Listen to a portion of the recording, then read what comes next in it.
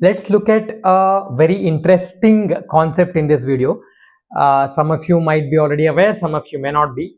So what I'm saying is, it is very common, especially in India, to believe that the mother who delivers the child is responsible for the sex of the child. That is, whether it is going to be male or female.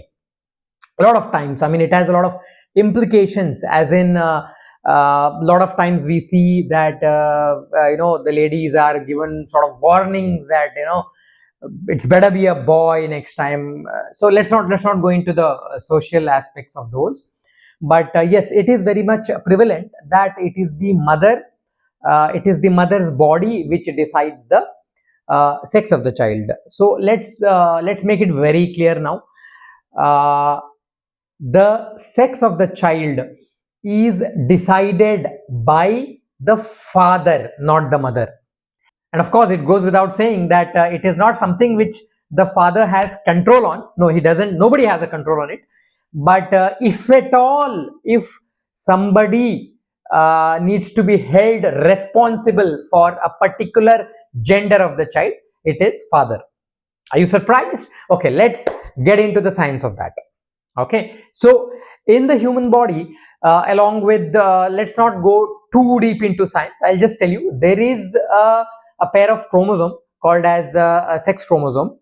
In males it is X and Y, and in females it is X and X.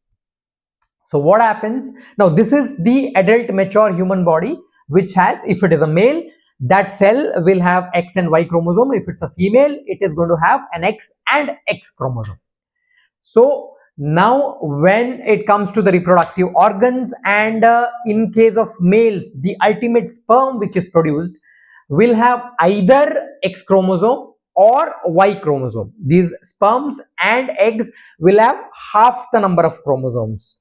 So because they have to meet with another and form a complete human body. So the sperm will have either X chromosome or Y chromosome. So obviously it is like half of the sperms will be carrying X chromosome in them and half of the sperms will be carrying Y chromosome in them. While the eggs in the female body will have obviously only X chromosomes, because there is no Y chromosome. The adult mature cell has two X chromosomes. When it divides and forms the eggs eventually, both the eggs will have X chromosome.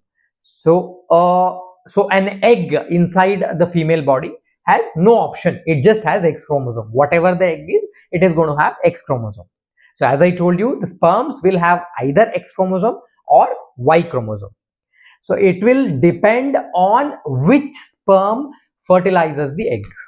So if it is a sperm with X chromosome that fertilizes the egg, then the resultant child will be a female because it is X and X.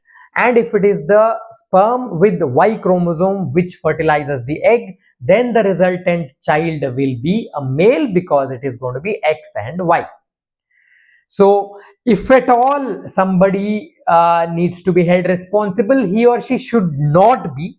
But still, if you want to consider somebody as responsible for the gender of the child, it has to be the father, because he was the one who was carrying the X chromosome and Y chromosome. I mean, in two different sperms. So it was the sperm which was carrying a particular chromosome that decided the gender of the child. What are the social issues associated with it? I am very sure you know it better, and I'm sure you know who is rather blamed for that. So if you are aware of this fact, then first of all I would say do not blame anybody, because nobody has control over it. If at all, if you want to blame somebody, you know whom to blame.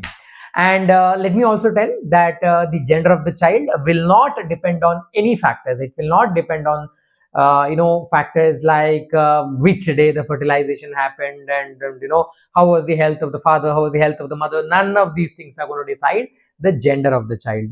And so another interesting concept that we can look at here is that the egg obviously gets fertilized by one of the sperm.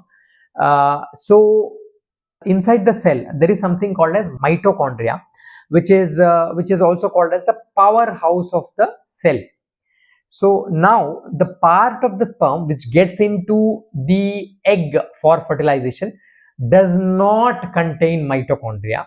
It is the egg which contains mitochondria. So the resultant the zygote or the fetus, or in simple words the resultant child which is formed, will have mitochondria which has come from the mother and never from the father.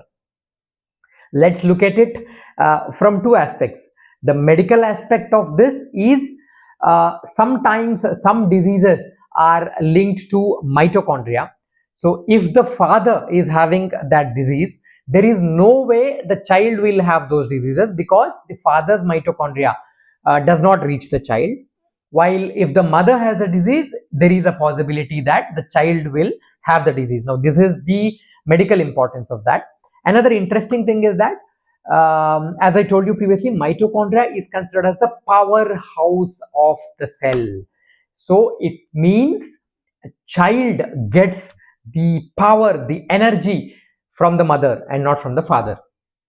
That is why we call in our culture, it is the god who represents power, Shakti, is Ma Durga. So this is another interesting concept. So I hope these two small concepts are clear to you. If you found this video informative, make sure you give it a thumbs up, share with all your friends, and for more such informative videos, please subscribe to this channel. Thank you for watching.